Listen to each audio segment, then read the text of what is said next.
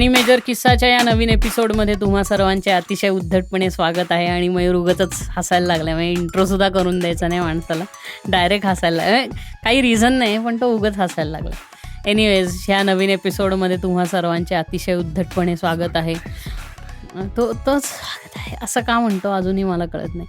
Anyways, आणि मी आज असं आहे की म्हटलं आपण आज परत जरा व्हिडिओ रेकॉर्ड करायचा प्रयत्न करावा, म्हणून तो परत एक अटेम्प्ट चाललाय करणं. सो ते लावलंय म्हणलं व्हिडिओ जरा. मी सध्या माझ्याकडे असला भारी वगैरे कॅमेरा नाही आहे, त्यामुळे मी मोबाईलच्याच कॅमेऱ्यावरती शूट करतोय. अँगल खूप भारी आहे. फार खूप भारी, म्हणजे काय सांगायचं, आपला स्टुडिओ शूटिंगच्या हिशोबाने बांधलाच नव्हता, त्यामुळे इतका अवघड पडतंय. पण ठीक आहे, काहीतरी मॅनेज होईल, एवढा लोड घ्यायची गरज नाही. सो आज मला असं वाटलं की ॲनिमेचा एपिसोड करून खूप दिवस झाले, आणि त्यानंतर ॲक्च्युली खूप दिवस म्हणजे खूप महिने झाले ॲक्च्युली.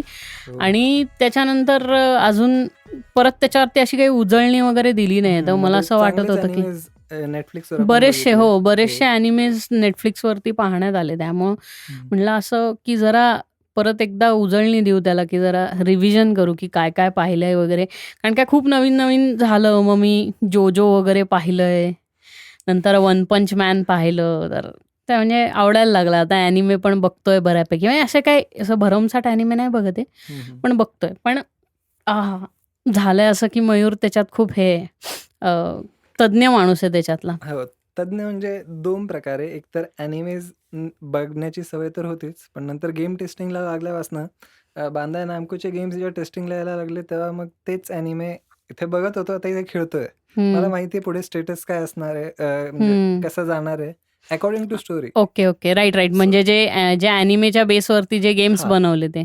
हो, सगळं तेच असतं, फक्त यू आर द कॅरेक्टर नाव. राईट. म्हणजे जे ह्याच्यात आहे लेजंड ऑफ झेल्डा हे नाही आहे, ॲनिमे नाही आहे, पण लेजंड ऑफ झेल्डा कसं खूप लोकांनी खेळलं आहे, आणि आता त्याचे नवीन इंटरेशन झाले. जसे स्विचवरती लेजंड ऑफ झेल्डा आलं नवीन निटेंडोचं, तर ते फार म्हणजे ग्राफिकली ॲडव्हान्स, आणि हे किंवा PSP वरती कसं चालायचं सगळं तसं आलंय. तर ते एक झालंय. पण मयूरनी सुद्धा माझ्या खूप सांगण्यावरनं मग मयूरनी जोजो पाहिलं, द बिझार ॲडव्हेंचर्स ऑफ जोजो. आणि आता शेवटचे काहीतरी 5-6 एपिसोड राहिले असतील माझे संपवायला. स्टारडस्ट ह्याचे डायमंड इज अनब्रेकेबलचे तुझे शेवटचे काही एपिसोड राहिले. तर डायमंड इज अनब्रेकेबल हा आय गेस कितवा सीझन आहे त्यांचा? Third season. थर्ड का सेकंड? म्हणजे सेकंड सीझन त्यांचा झालंय असं त्याच्यात की ते 40 एपिसोड्स असतात त्याच्यात ना, त्यामुळे ते 20 एपिसोड म्हणजे एकच नाव असतं, पण 20 एपिसोड्समधनं पहिले 20 एपिसोड एक स्टोरी लाईन संपते, आणि नवीन स्टोरी लाईन पुढच्या 20 एपिसोड्सला सुरू होते. जसं की तू आत्ता ह्याच्यात बघत असेल. म्हणजे ज्यांनी पाहिलं नसेल त्यांच्याकरता स्पॉईल करत नाही, पण म्हणजे बघतातही किती किंवा हेही मला एक्झॅक्टली माहिती नाही, पण त्यांचं एक फॉलो थ्रू असा आहे बेसिकली जोजोचा, की जोजोज बिझार ॲडव्हेंचर्स हे किंवा बिझार ॲडव्हेंचर्स ऑफ जोजो जे असेल ते. सो ते पहिल्या 20 एपिसोड्स नंतर त्याचा अख्खा ट्रॅक चेंज होतो, आणि एका वेगळ्या ट्रॅकवरती जोजो चालायला लागतं. हो, ॲक्च्युली जोजोची मला आत्तापर्यंत कुठल्या ॲनिमेमध्ये हे नाही दिसले की एक जनरेशनपासून चालू करतायत, आणि as soon as the series म्हणजे कंटिन्यू होते, जनरेशन चेंज होतीये. राईट. त्याचे जुने कॅरेक्टर्स आहेत ते म्हातारे होत आहेत, न्यू कॅरेक्टर्स त्यांचेच सक्सेसर्स येत आहेत. राईट. सो हे मला थोडंसं युनिक वाटलं.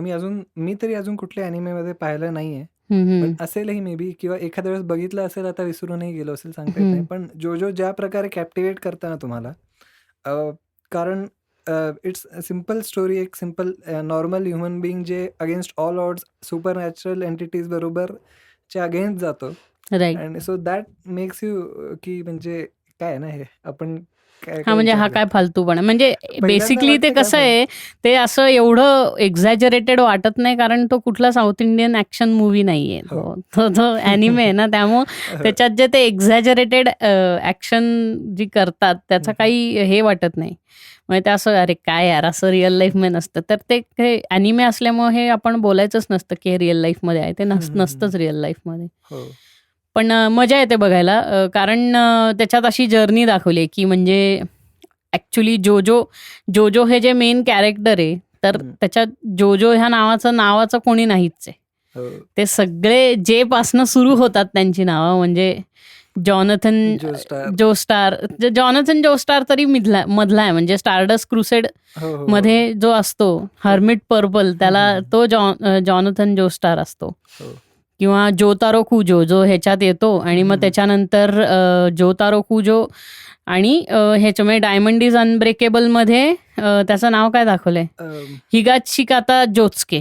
तर हिगाचिकाता जोत्स्के हा सावत्र मुलगा असतो जॉनथन जोस्टारचा, पण त्याच्याही आधी मिस्टर जोस्टार जो असतो तो सगळ्यात पहिला जोजो आहे. म्हणजे तिकडनं ते सुरू होतं, म्हणजे त्याचा आणि डिओ ब्रँडो आणि तिकडनं ते सुरू होतं. तर त्या युनिकनेस असा आहे त्याचा की जोजो इज व्हेरी ऑफ बीट, म्हणजे तसं नॉर्मल कलर स्टायलिंग असं काही नाहीये त्याचं, म्हणजे असं खूप. आणि पहिले पिरियड मधनं सुरू होतं की 1800s आणि इकडनं सुरू होतं, आणि मग तिकडनं ते फॉलो होत होत जपानला कसं येतं. तर ती पण एक युनिक गोष्ट आहे की ते जपानला कसं येतं, ते US मध्ये कसं असतं, किंवा आत्ता स्टारडस्ट क्रुसेडमध्ये ते अख्खं हे जग कसं फिरत इजिप्तला जातात. तर ते पण खूप भारी आहे, बघण्यासारखं आहे. म्हणजे त्यांनी तो जो बिल्टअप केला आणि त्याच्यात कॅरेक्टर्स आहेत. आणि सुरुवातीला हे स्टँड वगैरे हे काही होतच नाही. म्हणजे फर्स्ट सीझनच्या फर्स्ट काही एपिसोड्समध्ये जोपर्यंत जॉनथन जोस्टार नसतो तोपर्यंत एवढं स्टँडचं असं काही रिव्हील होत नाही बघ. जसं स्टारडस्ट क्रुसेड जेव्हा सुरू होतो, तर स्टारडस्ट क्रुसेड सुरू झाल्यावरती ते स्टँडचा हे होतो. तर तोपर्यंत अख्ख्या एंडपर्यंत जसं डिओ ब्रँडोला तो पार जहाजावर मारतो आणि त्याला त्याची बॉडी ह्याच्यात दफन होते वगैरे, आणि तो त्यातनं बाहेर येतो, आणि ऍक्च्युली मग जॉनथन जोस्टार आणि त्याची आई त्या कॉफिनमध्ये राहतात, ज्यांना तो स्पीड वॅगन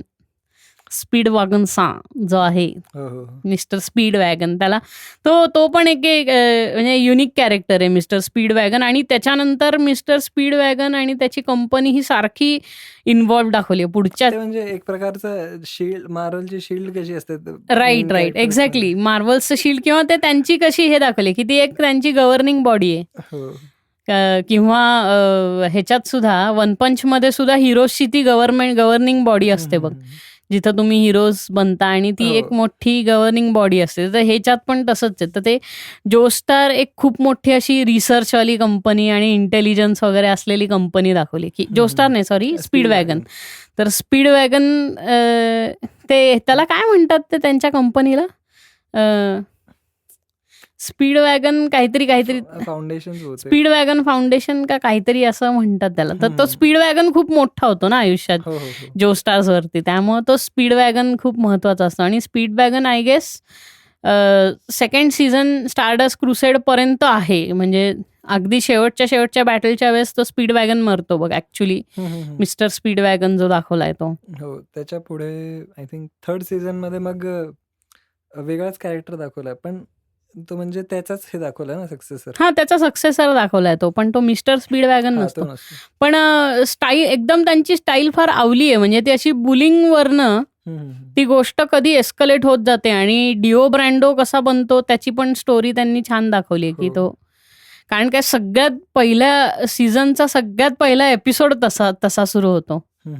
डिओ ब्रँडोच्या ह्याच्यावरनं सुरू होतं ना सगळं, की तो त्या बेवडा त्याच्याकडे चोरी करायला आलेले असतात. तर तो हे म्हणजे ते दोघंच चोरच असतात, ते चोरी करायला आले असतात, आणि त्यांची हा अडॉप्ट करतो, आणि हे की ही इज अडॉप्टेड, आणि हे एवढं कसं, आणि मग तिकडनं तो अख्खा ती जर्नी हे झालेली दाखवली आहे.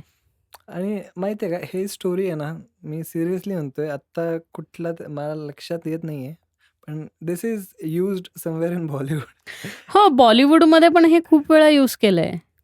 म्हणजे असं नाही, ह्याच्यानंतर मी रिसेंटली कुठल्या तरी मूवीमध्ये बहुतेक मी बघितलंय, मला माहित नाही, लक्षात येत नाहीये, क्लिक नाही होते, पण आलं की ते आपल्या इथं हिंदीमध्ये एक मूवी होती बघ, ज्याच्यात ते नाही का मुलं एक्सचेंज करतात बघ, की तो चोराचा मुलगा असतो आणि एक श्रीमंत ह्याचा म्हणजे नोबल मॅनचा मुलगा असतो, तो त्या चोराकडे जातो आणि त्या चोराचा मुलगा ह्याच्याकडे येतो. पण ते जेव्हा मोठे होतात तेव्हा तो श्रीमंताच्या घरात वाढून सुद्धा तो चोऱ्या माऱ्या करत असतो, आणि हा हंबल बॅकग्राऊंडचा असतो आणि त्या ह्याच्या घरीच असतो, पण तरी सुद्धा तो हंबल राहतो. म्हणजे असा काहीतरी एक सिनेमा आहे. अरे मला लक्षात नाहीये नाव त्याचं.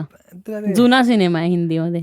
सुनील शेट्टीचा आहे का डबल रोल? काय माहिती. नाही सुनील शेट्टी नाही, त्याहून जुना आहे. अरे त्याहून झाला हो तो पण ऑलमोस्ट तसाच होता सुनील शेट्टी. एक्झॅक्टली. म्हणजे हेच आहे की आपल्या इथे पण असं खूप वेळ आहे की ऍक्सिडेंट झाला आणि त्या मुलाला अडॉप्ट केलं वगैरे वगैरे, आणि मी तुमचा ऋणी आहे, मग तो पाठवतो डायरेक्ट एका रात्रीत तो डिओ ब्रँडोला घरी पाठवतो त्याच्या. काय म्हणजे कमाल आहे ही सगळी. आणि डिओ ब्रँडो हा पूर्ण आयुष्यभर एक मोठा प्रतिशोध घेऊन आलेला असतो की तो सारखा असतो की ही इज सो प्रिव्हिलेज्ड की मी ह्याची मारून राहणार. आणि तो त्याच्या आईच्या घरातून आलेला मास्क असतो, हे तिथनं सगळं सुरू होतं. हो आणि मग तिकडनं ते एस्कलेट होतं. मग आहे म्हणजे तुम्ही बघा. म्हणजे मी ऑलमोस्ट बोलता बोलता सगळं स्पॉइलर टाकतोय, पण तरी सुद्धा तुम्ही बघा. म्हणजे तुम्हाला काय नाही, हे फर्स्ट सीझनचा स्पॉइलर आतापर्यंत जे काही केलं. बट मला त्याच्यातले साऊंड ट्रॅक्स खूप आवडले.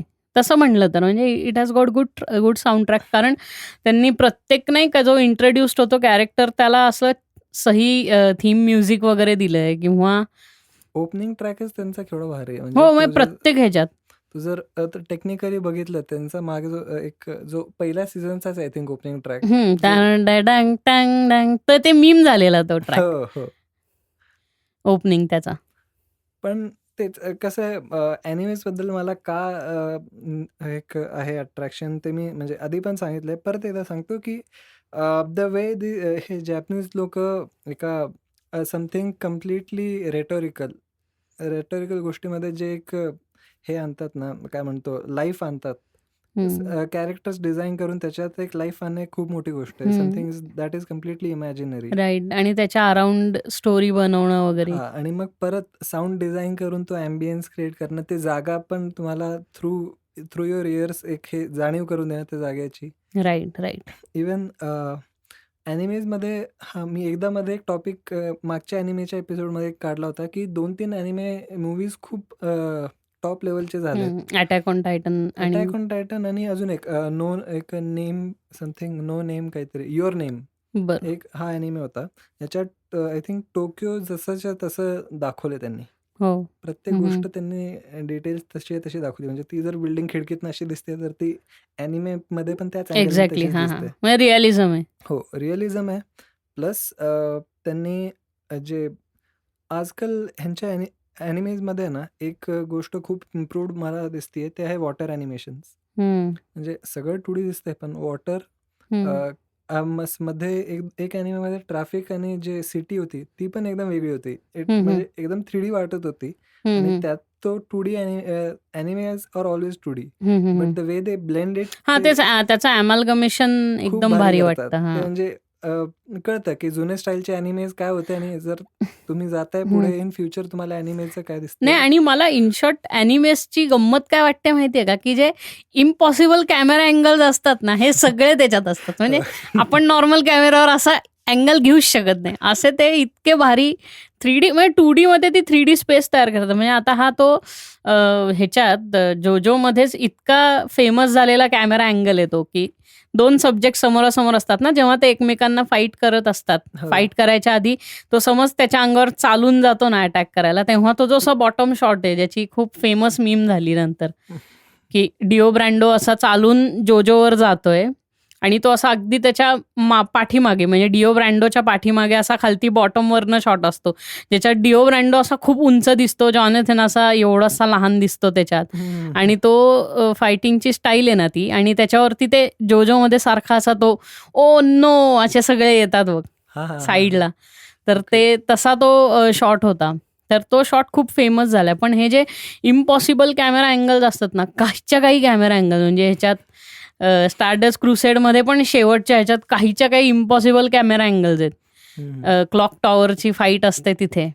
सो तेच ना, ॲनिमेशनमध्ये ना प्रत्येक गोष्ट जी मूवीमध्ये असते त्याला म्हणजे सिनेमॅटोग्राफी म्हणतो किंवा अजून काही टेक्निकल गोष्टी म्हणतो, जे आपल्याला इथे रिस्ट्रिक्शन्स मिळतात जेव्हा आपण एक लाईव्ह ॲक्शन मूवी किंवा सिरियल करतो, तिथे ते आपण डिजिटल मध्ये नसतात. हो एक्झॅक्टली. तो इन द सेन्स आपल्याला फ्रीडम मिळते तेवढी कॅमेरा अँगल. म्हणजे कॅमेरा अँगल म्हणजे तुम्ही जसं इमॅजिन करू शकता. हो, म्हणजे तुम्ही इमॅजिन करू शकता, पण ॲज काय म्हणतो, तुम्ही खरंच कॅमेराज आणि तुमच्याकडे असतील तर ते तसं एक्झिक्यूटच करू शकत नाही, कारण काय, ते इक्विपमेंटचं लिमिटेशन आहे. पण बिकॉज तुम्ही तुमची इमॅजिनेशन कागदावरती उतरवून ती डिजिटली प्रेझेंट करताय, तुम्ही तो इम्पॉसिबल अँगल दाखवू शकता. म्हणजे बेसिकली माझं म्हणणं असं आहे की आपण जे दरवेळेस कॅमेरा अँगल्स बघतो ते XY अँगलवर असतात नेहमी, पण तो झी अँगलचा जो कॅमेरा आहे तो फक्त तुम्हाला ॲनिमेशन मध्येच मिळतो, की तो झी साईड, म्हणजे हा जो शॉट आहे ना, की फूट,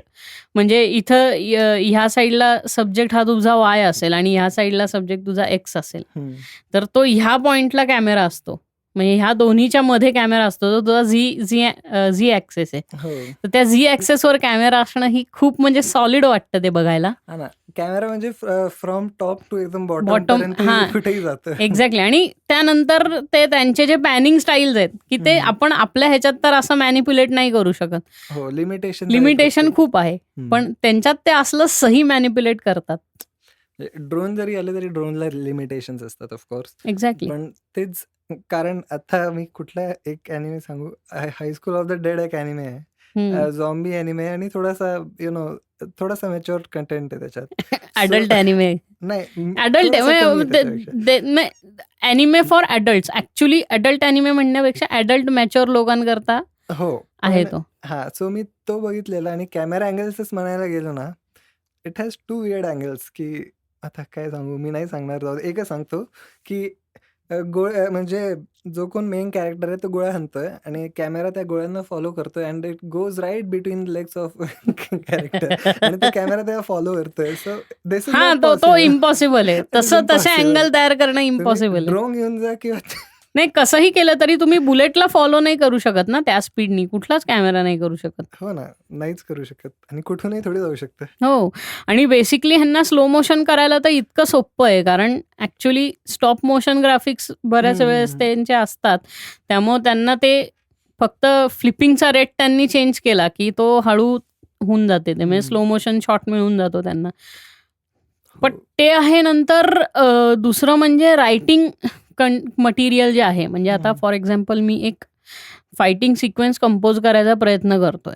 सो जर आपण कन्सिडर केलं की जोजोमध्ये अगदी स्टारडस्ट क्रुसेडचा सगळ्यात शेवटचा जो एपिसोड आहे, त्या सगळ्यात शेवटच्या एपिसोडमध्ये म्हणजे तो जिथे स्टार प्लॅटिनम आहे तो द वर्ल्ड अक्वायर करतो, म्हणजे त्यात तो द वर्ल्डची स्किल त्याच्यात येते, आणि द वर्ल्डचा असं आहे की तो टाइम थांबवू शकतो. बट ॲक्च्युली डिओ ब्रँडोकडे जो ॲक्च्युली द वर्ल्ड असतो तो इट हॅज मोर टाइम, पण त्याच्याकडे स्टार प्लॅटिनमची कॅपेबिलिटी नसते, आणि तो हेच सारखंच टाइम थांबवून हे करत असतो. तर ते फाईट सिक्वेन्स तयार करताना जे नॉर्मल क्लोदिंग आहे ते सगळं चेंज होऊन फाईट सीन एम्फसाइज करणारं क्लोदिंग तयार होतं, आणि त्या क्लोदिंगचं तसं कलरिंग तयार होतं.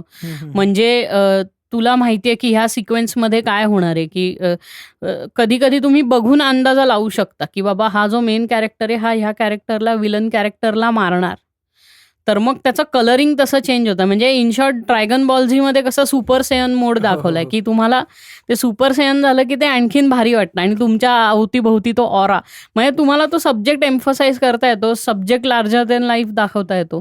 तर तसं जोजोमध्ये त्यांनी हे असं केलंय की ते अख्खं कॅरेक्टरचं कलरिंग चेंज करून टाकतात, आणि अख्खं कॅरेक्टरचं कलरिंग चेंज करून त्याला एक वेगळा कलर, टोनॅलिटीज किंवा शॅडोज त्याच्यावरती वाढवून त्याला एम्फसाइज करतात की तुम्ही यू आर केप्ट गेसिंग एव्हरी टाइम की काय होणार आहे, कसं होणार आहे, तो कसा अटॅक करणार आहे, आणि हे.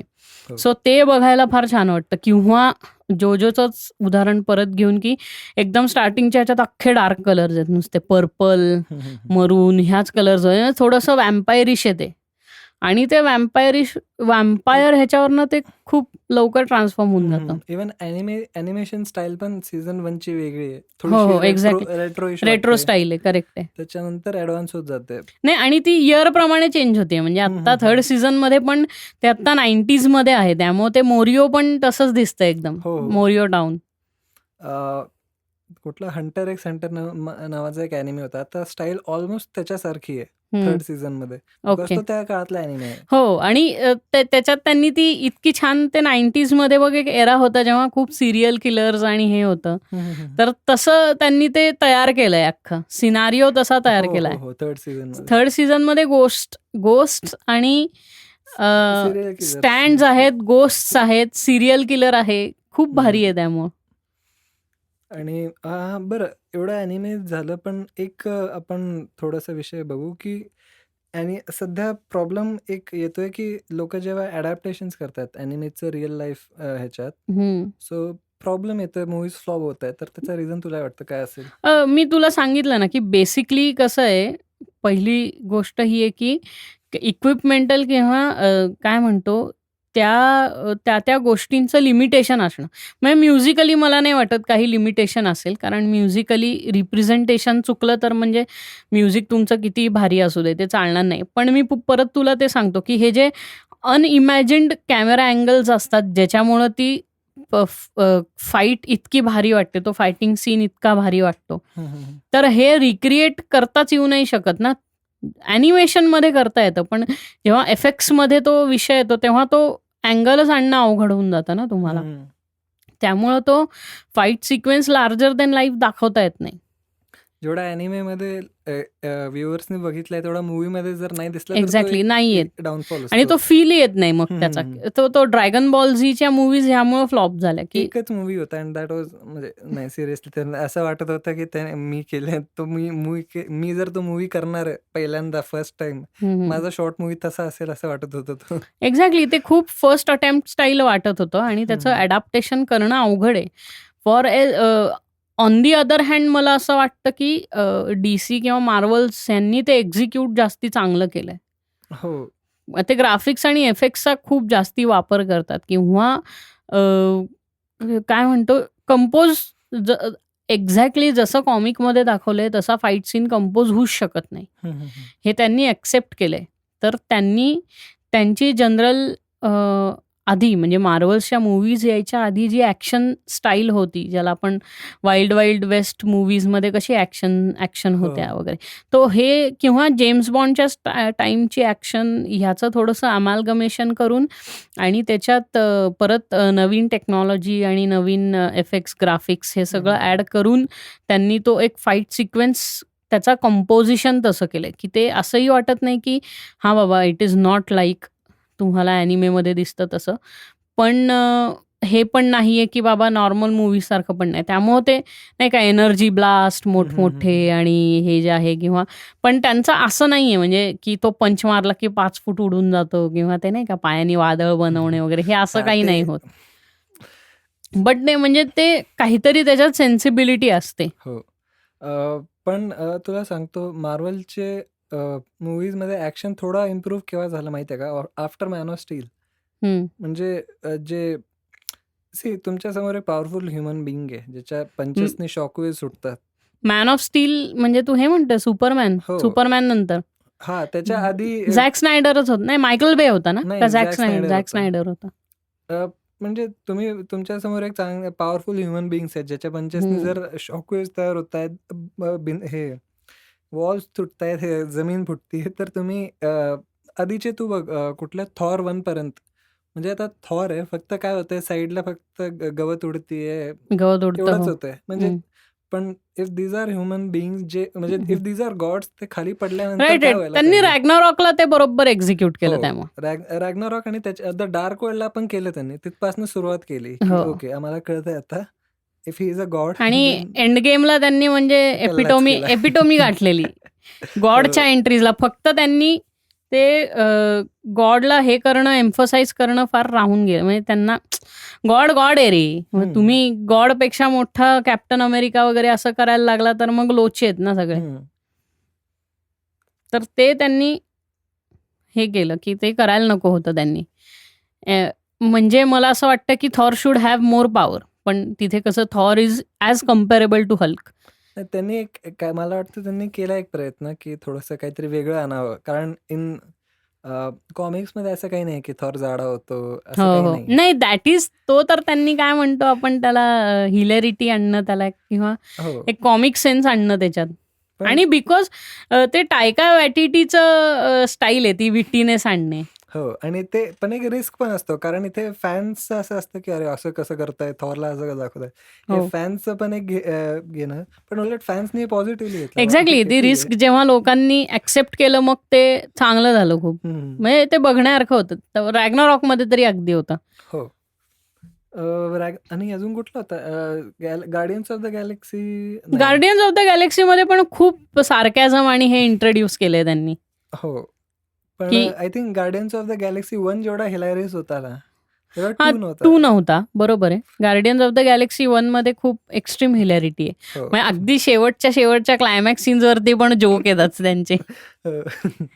डान्स ऑफ हो डान्स ऑफ खरे अरे त्या क्यूबच्या ह्याच्या वेळेस करतो ना तो. हो. आणि ह्या रोनेनला करतो आणि तो नाही पण कमिंग बॅक टू ॲनिमे मला असं वाटतं की ते वेगळं लीग आहे. कम्प्लिटली हम्म. वेगळं लीग आहे. म्हणजे आय गेस हे अडॅप्टेशन वाईज पण नीट होणार नाही.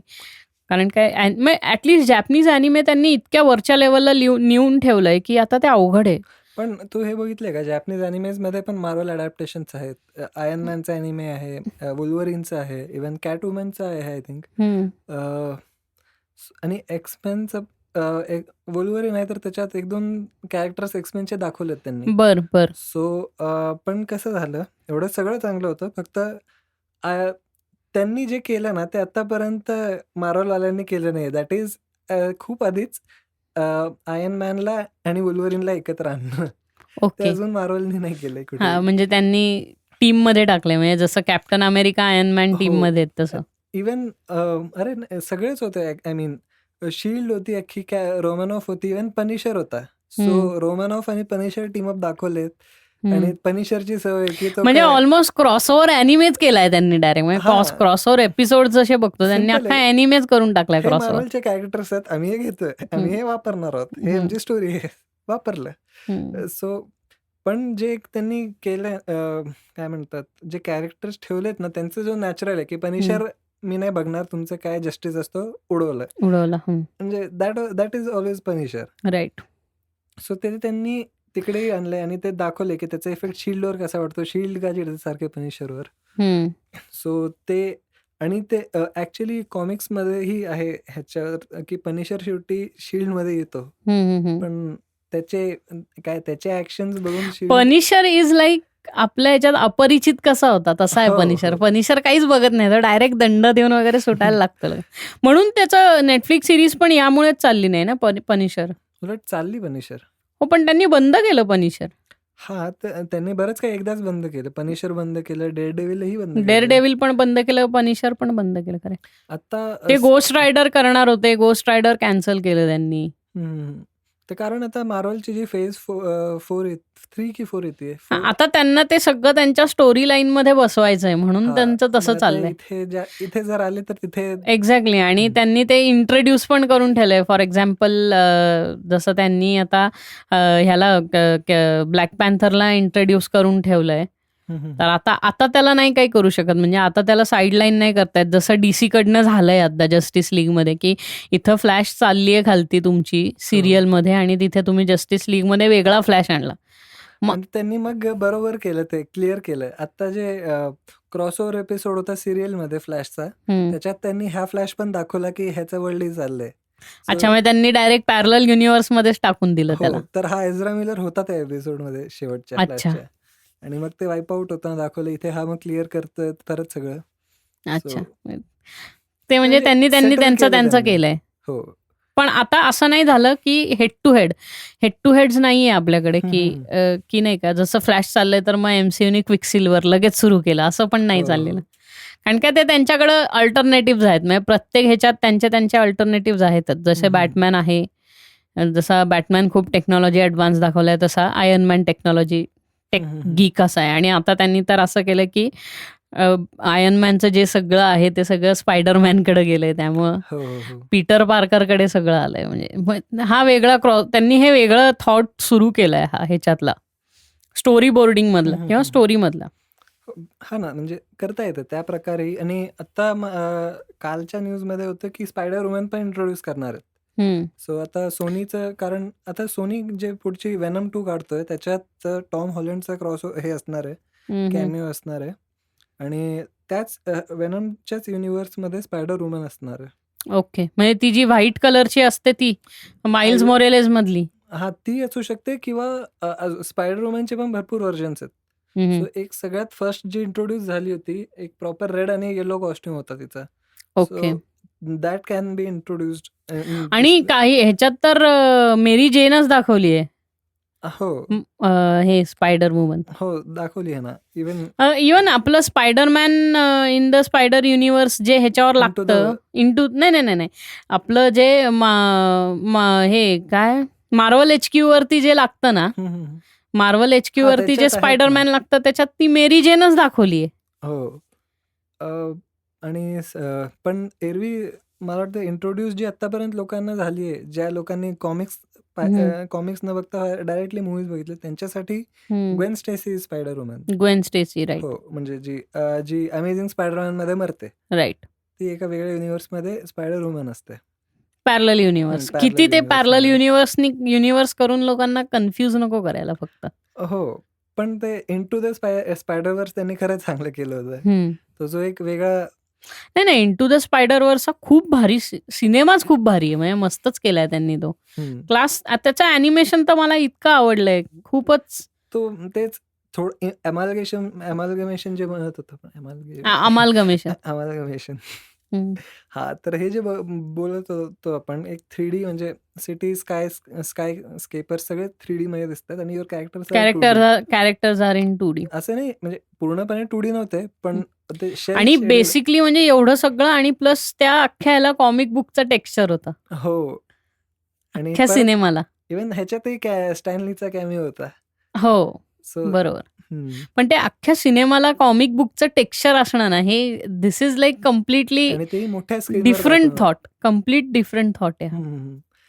आणि ते मी आता जे मगाशी म्हटलं होतं, ॲनिमेज ज्यांची क्वालिटी खरंच बाप आहे, हे ॲनिमेज जर आपण थिएटरमध्ये बघितलं ना, त्याचा जो फील असतो, कारण मी तो जो नो नेम म्हणून ॲनिमे आहे, तो मी मोबाईलवर पहिले एका हेडफोननी बघितला, नॉर्मल घरातल्या साध्या. त्याच्यानंतर मी चांगल्या क्वालिटीचे JBLचे हेडफोन्स घेऊन ऐकत होतो.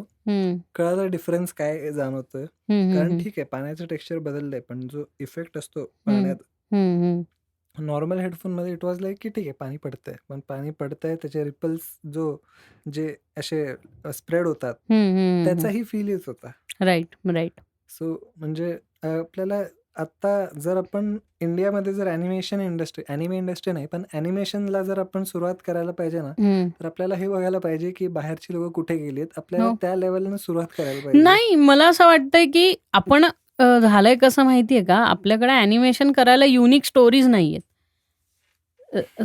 आपल्या इकडच्या most of the stories are just, काय म्हणतो आपण की फोकलोर आहे, खूपशा फोकलोर आहे, की जी आजी तुला स्टोरी सांगते, श्रीकृष्णाची स्टोरी सांग, याची स्टोरी सांग, याचा, तर ते तू रोल नंबर 21 ते हे लागतं बघ. So they have actually done a good job in diversifying the stories. की त्यांनी कसं आणलंय, पहिली गोष्ट हा श्रीकृष्ण आहे, पण ते श्रीकृष्णाला फुल किड्स लेवलवरती आणलंय, म्हणजे त्यांनी कृष्णलीला तिथे इन्कॉर्पोरेट केली आहे. त्याच्यानंतर ती शाळा दाखवली आहे, त्या शाळेत सगळी मुलं असतात आणि त्याच्यात त्यांच्या प्रिन्सिपलचं नाव कंस असतं, म्हणजे कंस मामा, प्रिन्सिपल कंस जो असतो तो कंस असतो. आणि मग ते त्याच्यात की ते कसं घडतं, मग त्यांच्या टीचर्स आणि हे, आणि त्यांना क्रिशला सारखं हे करायचं असतं, क्रिश हा कृष्ण आहे, आणि मग त्यांचं मध्ये असं हे पण दाखवलंय की ते परत झूम आउट होतात त्या सिच्युएशन किंवा त्या लोकेशनवरनं ते पूर्ण झूम आउट होतात आणि दे कम इन देअर ओरिजिनल अवतार. मग ओरिजिनल अवतारमध्ये श्रीकृष्ण निळा असा दिसत असतो, ह्याच्या कानावरती मोराचं पीस असतं, आणि कंस हा त्याच्या जनरल अटायरमध्ये असतो, राक्षसाचा जसा असतो वगैरे तसा.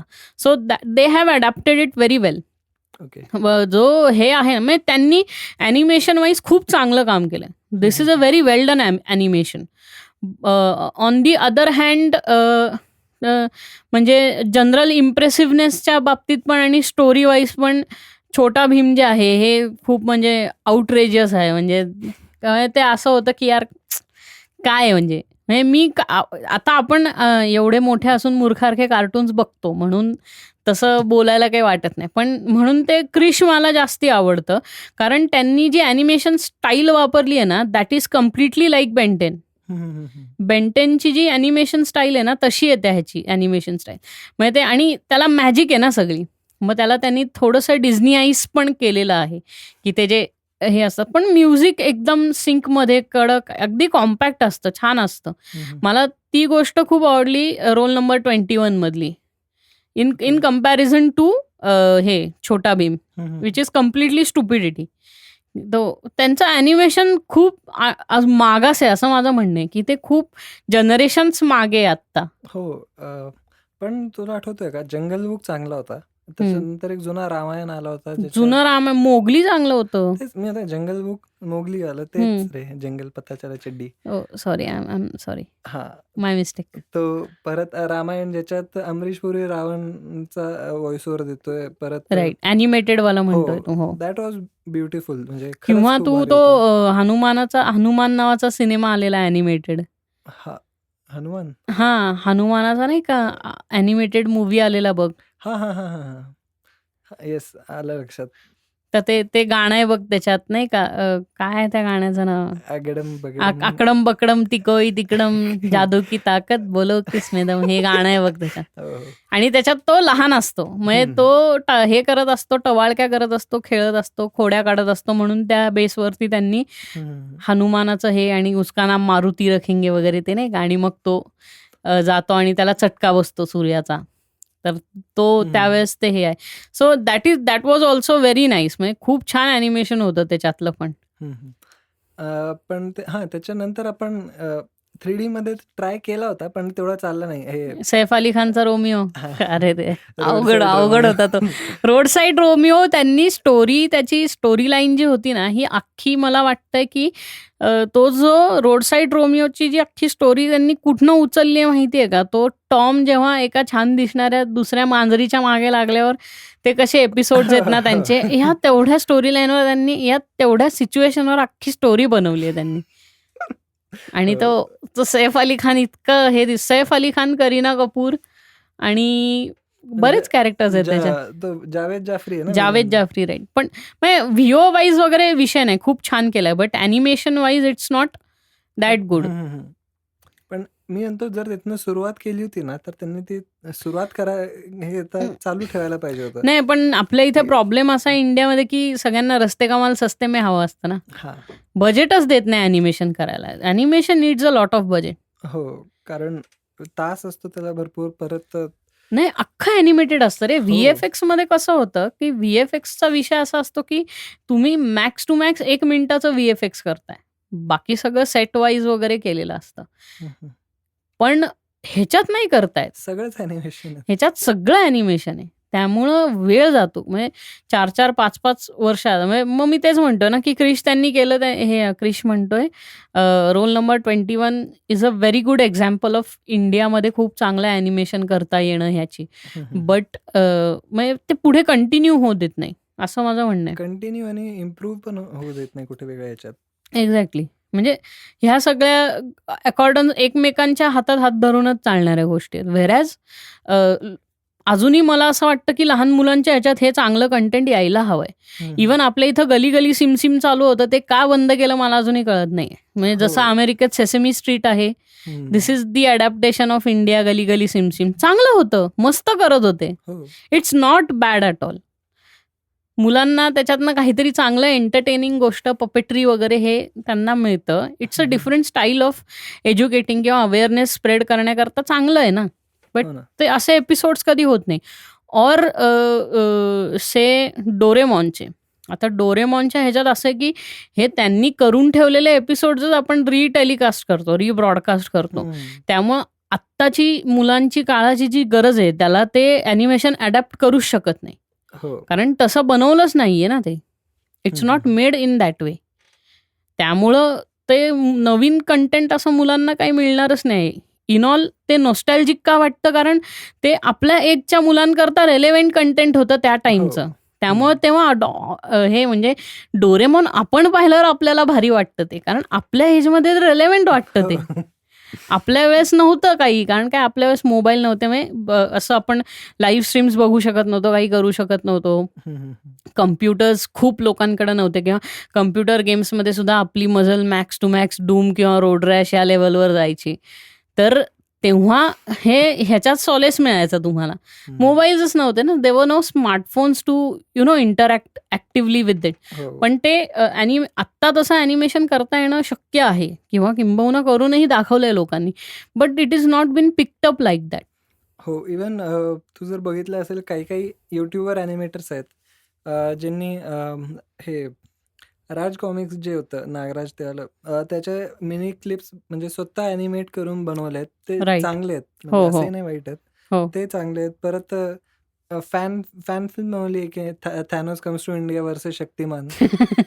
सो असं ठीक आहे, it's all imagination. Imaginary. Sound so stupid, पण ॲनिमे ॲनिमेशन तसंच असतं ऍक्च्युली. आणि ॲनिमेशन जर बघितली त्याची, हे 2-3 लोकांनी मिळून केलंय.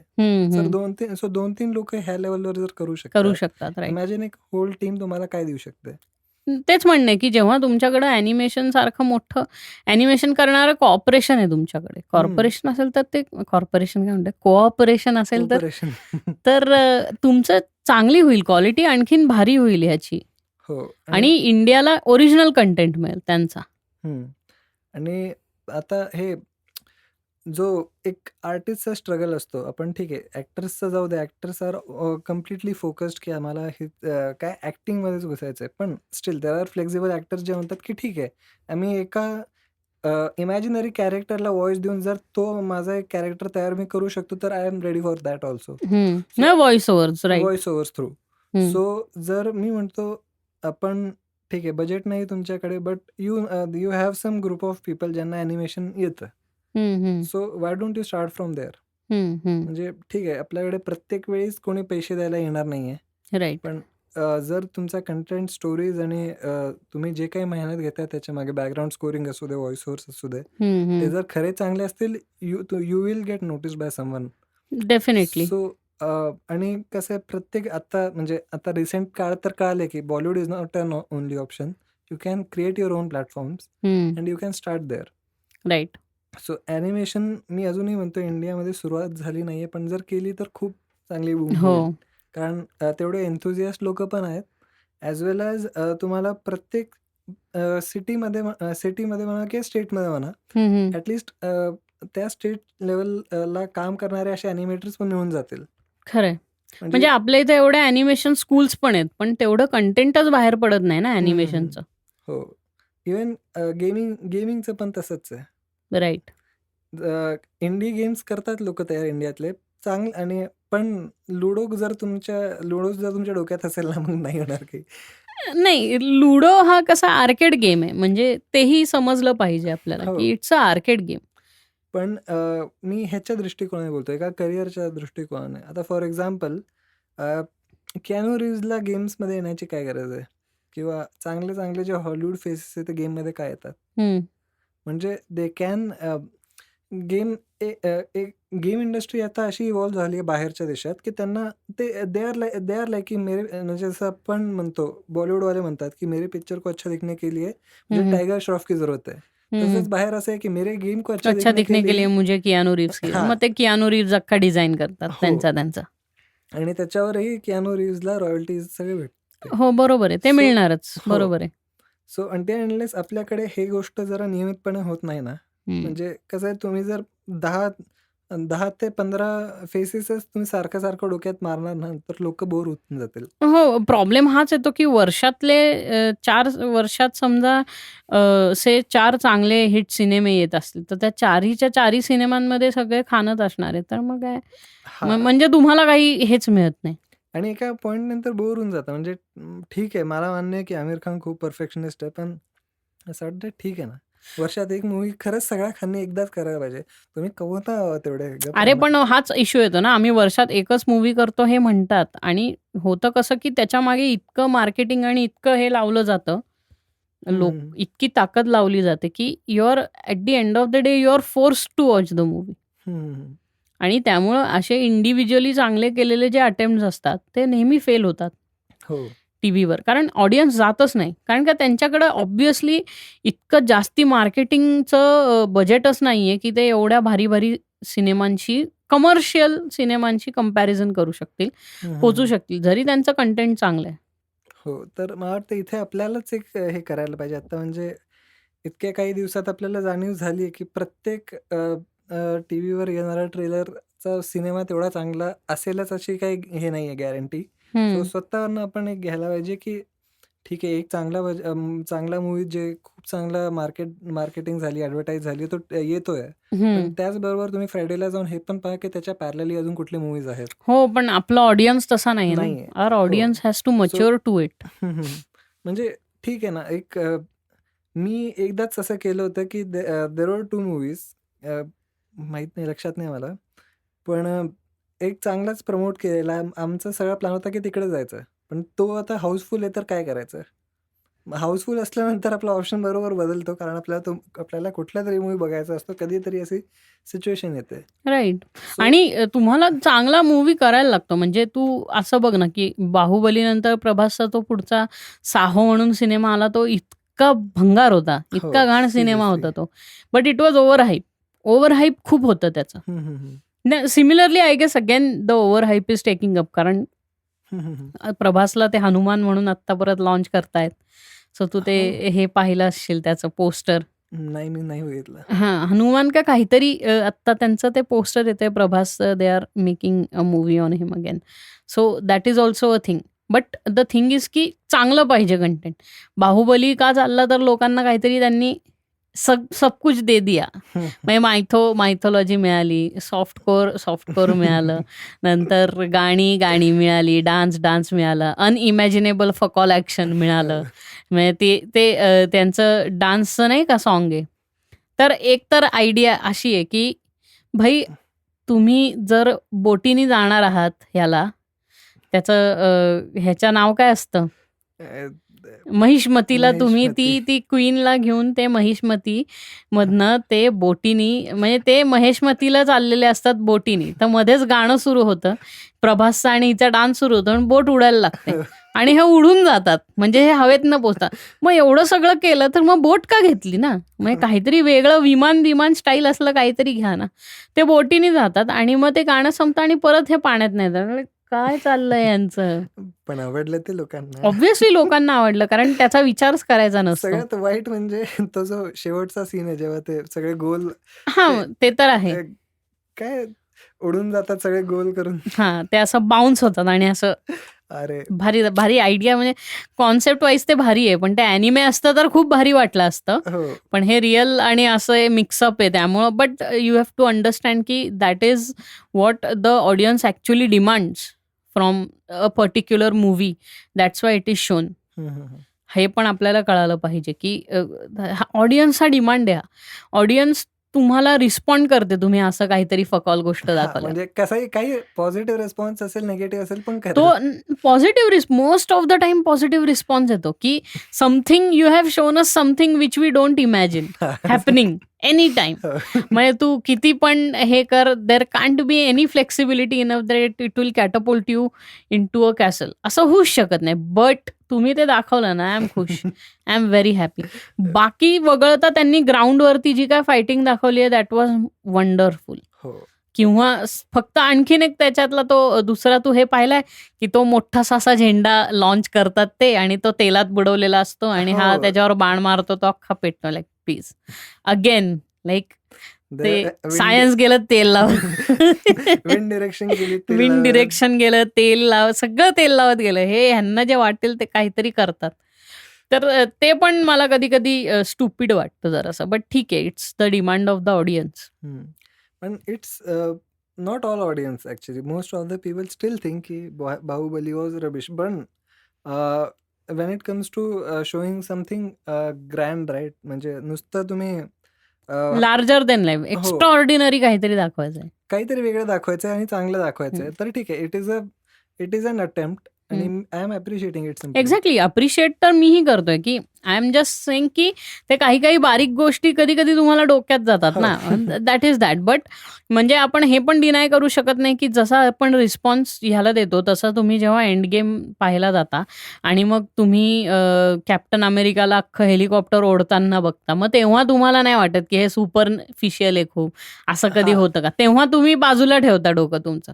म्हणजे ह्याच्यात हिपोक्रसी पण खूप आहे की तुम्ही हे होताना अप्रिशिएट करत नाही, पण ते तसं होतं तर मग ते तुम्हाला व्हॅलिड वाटायला लागतं. नाही पण त्याच्यातही परत 2 गोष्टी येतात, की अ, जे लोक नर्ड्स असतात ना, जे प्रॉपर रिसर्च करतात, की कोणाची पॉवर ॲक्च्युअली किती, हा सुपर सोल्जर आहे तर नेमका किती सुपर आहे, एवढी स्ट्रेंथ आहे का? ज्या लोकांना ह्या सगळ्या गोष्टींमध्ये रिसर्च करून पटलं असतं, की हो, if this is possible then it is possible. अरे but this is like building a conspiracy theory रे. नर्ड्स म्हणजे किती किती सगळ्या मूवीज फुल सायंटिफिक नसतात. अरे हो, मान्य आहे. पण आता ठीक आहे ना, तिथे त्यांनी इमॅजिनेशन जी दाखवली त्यांची, की मी तेच म्हणतो की ते त्यांची इमॅजिनेशन किंवा एज ऑफ अल्ट्रॉन मध्ये अख्खी सिटी वर हवेत जाते, लाईक टू मच. म्हणजे ते आतापर्यंत कोणी जेव्हापर्यंत आपण बघत नाही ना असं काही, तेव्हापर्यंत येणारच नाही डोक्यात. पण बघ ना तू, यू कॅन से की त्यांनी काय वापरलं, त्यांनी काय असं मॅजिक किंवा काही वापरून थोडी सिटी उडवली. त्यांनी हे जेट्स म्हणतो आपण, ते जे खाली असेल रोबोट्स आणि त्याच्या थ्रू त्यांनी ती सिटी उडवली.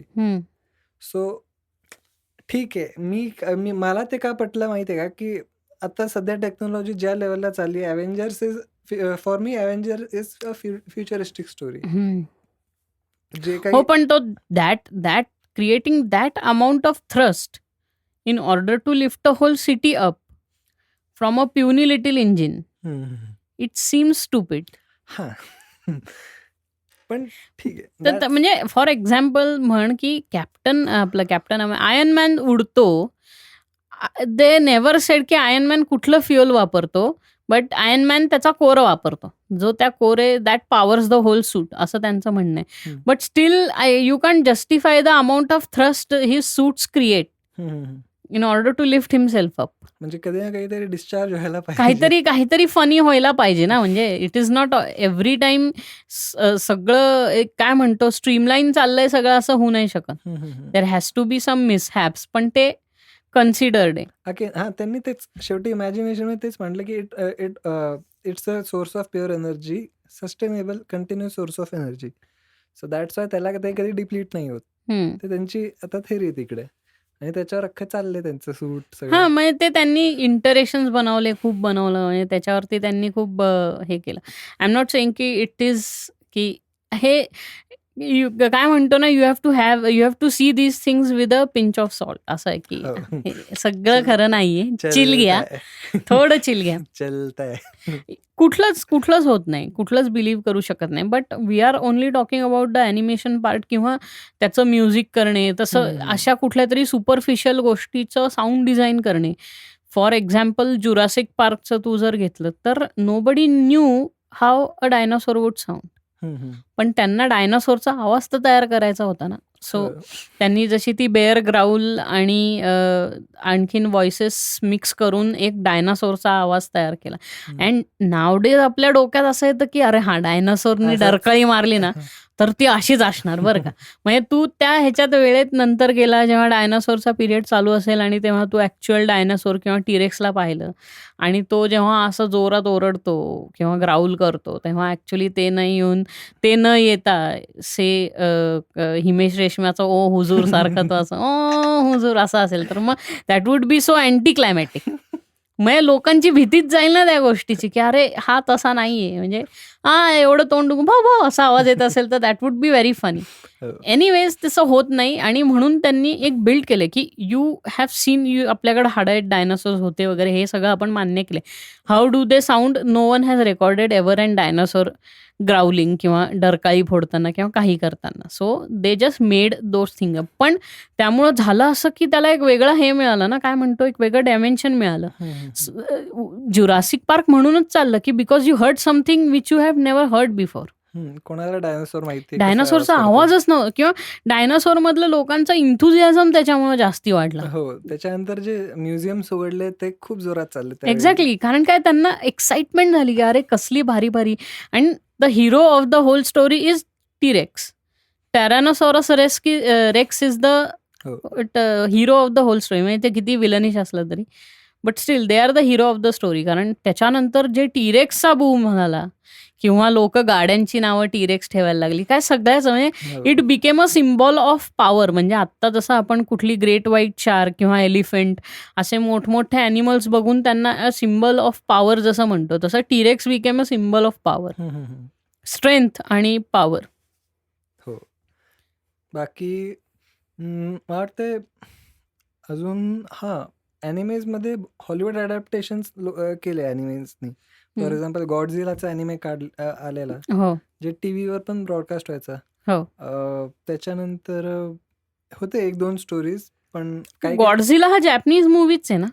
हो गोजिरा म्हणून हां, पहिल्यांदा आलेलं.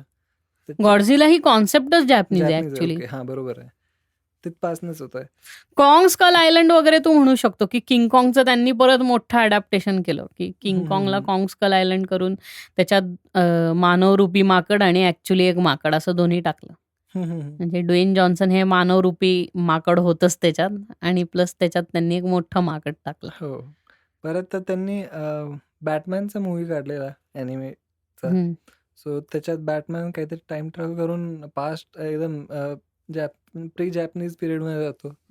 आणि मग आणि तिकडं ते त्यांच्या मूवी मधलं एक भारी असतं की ना, असले काही भारी कॅरेक्टर्स असतील ना की ते सगळे सामुराय असतात. हो तेच तो ना. बॅटमॅन पण सामुराय असतो, त्याकडे स्वॉर्ड असतं एवढं सगळं करून. भारी दाखवलंय. हो, पण बॅटमॅन अख्ख्या ह्याच्यात आहे ना सिरीजमध्ये जोकर आतापर्यंतचा मला वाटतं एक थ्रेशोल्ड आहे की कुठल्याही जेव्हा एक रिअल ऍक्टर जेव्हा ते जोकरचा कॅरेक्टर परफॉर्म करायला जातो ना, that always decides his benchmark. खरंय की खरंय ऍब्सोल्युटली. आता फॉर एक्झाम्पल हीथ लेजरला खरंच कोणी नव्हतं ओळखत अनलेस त्यांनी जोकर केला. आता योकिम फिनिक्सचं पण तेच झालं. हो.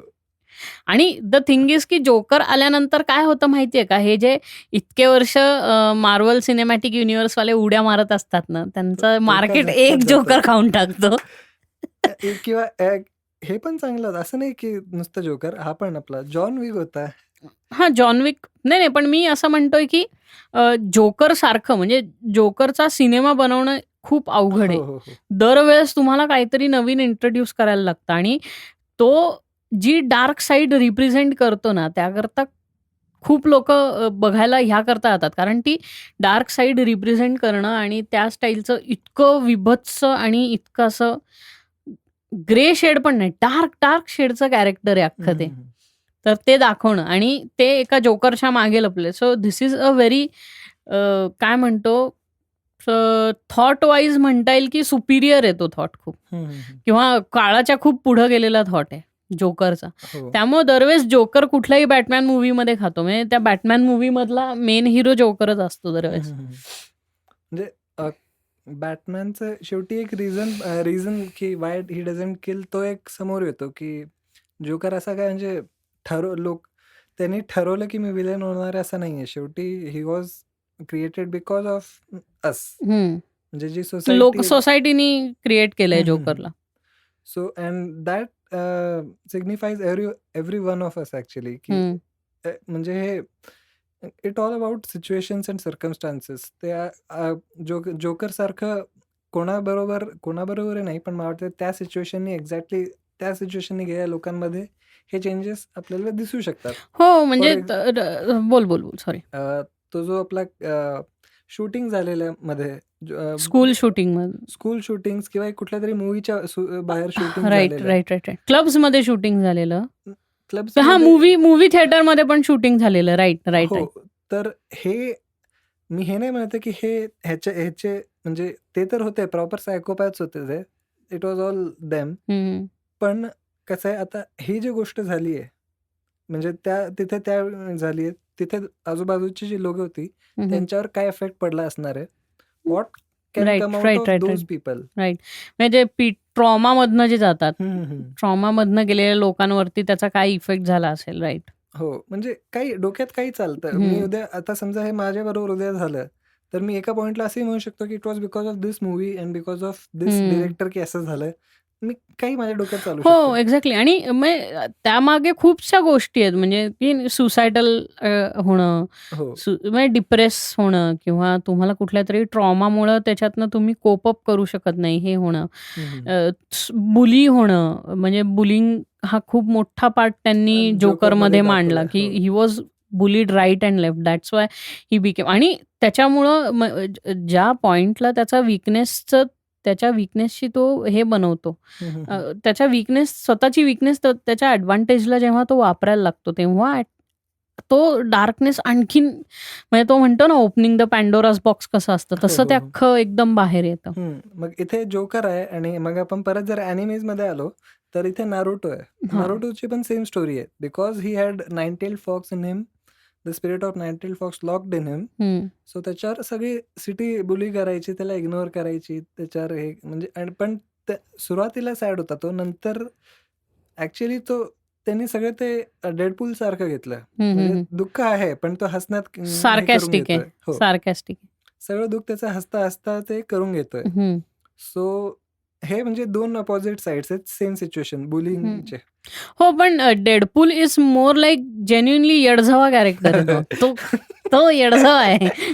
तर त्यामुळे ते कॅरेक्टर हे सिग्निफाय करतं, की बुलीहून मोठा बुली असू शकतो Deadpool, but joker is not joking, म्हणून त्याचं नाव जोकर आहे. म्हणजे he is not kidding at all. आणि तुम्हाला भीती वाटली पाहिजे. ते क्लाऊनमध्ये त्यांनी घालून त्याची जी भीती वाढवली आहे, जसं पेनीवाईजची कशी भीती वाटते लोकांना, तशी तिची भीतीचं लेवल जे त्यांनी वाढवलंय, that is even more interesting to see. But animes consider करता even there are so many different parts, आणि इतक्या लोकांना केटर करणारा ॲनिमे आहे की इवन त्याचं ते आत्ता नेटफ्लिक्सवर पण आलं ते ॲनिमे, जे फुल कुकिंगवरती आहे बघ, 2 हॉटेल्स मधल्या रायव्हलरीवर. ते खूप भारी आहे, खूप भारी आहे ते, की काही नाही त्यांचं कुकिंग असतं अरे फक्त, पण ते रोज कोणीतरी डिश बनवतं आणि मग त्यांच्या घरातले होणारे वेगवेगळे वाद, मग हे हॉटेल जास्ती चालतंय ते त्याच्यात त्यांनी दाखवलंय बघ. कल हो ना हो मध्ये कसं दाखवलंय की ह्यांचं हॉटेल चालत नसतं आणि समोरच्या चायनीज लोकांचं हॉटेल, एशियन रेस्टॉरंट चालत असतं, मग हे काहीतरी रिइन्व्हेंट करतात आणि मग ह्यांचं रेस्टॉरंट चालायला लागतं आणि चायनीज लोकांचं कमी व्हायला, असं that is the same concept इथे केली आहे त्यांनी. आय थिंक हे एक साईट होती किस अॅनिमे, आत्ता आहे की नाही माहित नाही, चालू आहे किस अॅनिमे. चालू आहे का? कारण मध्ये बंद होणार आहे. नाही, किस अॅनिमेनी त्यांचं हे बदललंय, URL बदलला, आता किस अॅनिमे .ru झालंय. ते आरयूच होतं रे आधी, पण रशिया नाही ना, आधी ते नव्हतं. किस अॅनिमेचं आधी एक वेगळं डोमेन होतं, तर ते आता RU झालंय. तर ते RU आणि असं ते डोमेन आहे. कारण मी आता जोजोचा शेवटचा सीझन बघतो, मी करंट चालू सीझन बघतोय. अच्छा, 4th सीझन पण आहे? हो, त्याच्यात हे दाखवलंय, डिओ ब्रँडोचा मुलगा दाखवलाय आता त्याच्यात. अरे यार, मी भारी आहे ते बघ, ते पण भारी आहे.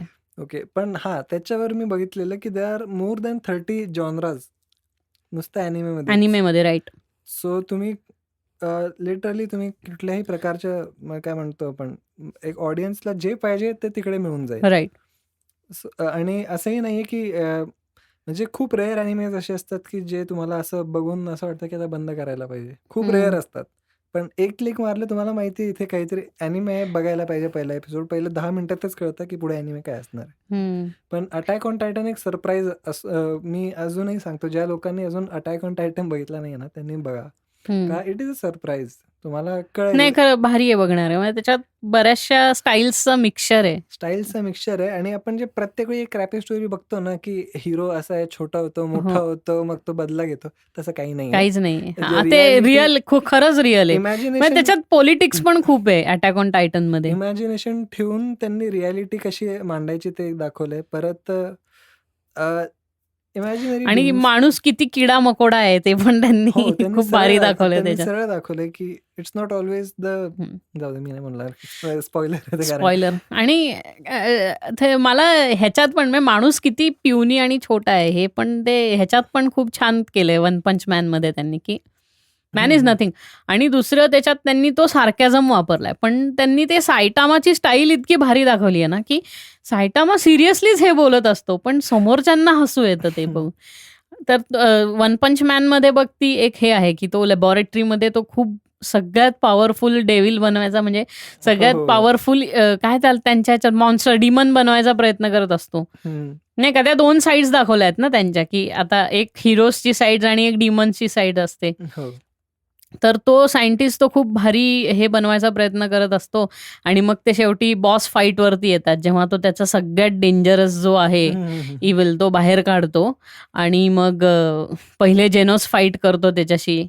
आणि मग हा म्हणतो, सायटामा म्हणतो की झालं का जेनोस तुझं, ठीक आहे आता मला करू दे. मग तो 3-4 बुक्क्या वगैरे त्याला घालतो, तरी सुद्धा सायटामाला काही होत नाही. आणि तो मग म्हणजे तो चिडतच नसतो आणि मग तो म्हणतो की ते त्यांना सेलला जायचं असतं मार्केटमध्ये आणि तो सेल 9 वाजता संपणार असतो. ते त्याला नंतर कळतं की अरे त्याला कळतं की आजचा दिवस तो आहे. त्याला वाटतं की उद्या येते. भांडता ते विचार करत असतो. म्हणून तो सगळं म्हणजे त्याला मारत असतो, तरी सायटामाला काही होतच नसतं. आणि नंतर त्या अरे आज तो दिवस आहे. मग तो येतो ठॉकनी एकच फक्त पंच मारतो, ते संपतं तिथे आणि ते डायरेक्ट कट टू सेलला चाललेत. म्हणजे तो इतका भारी आहे त्याचा, म्हणजे सिरियसनेसचा फुल ते बाजार उठवतात.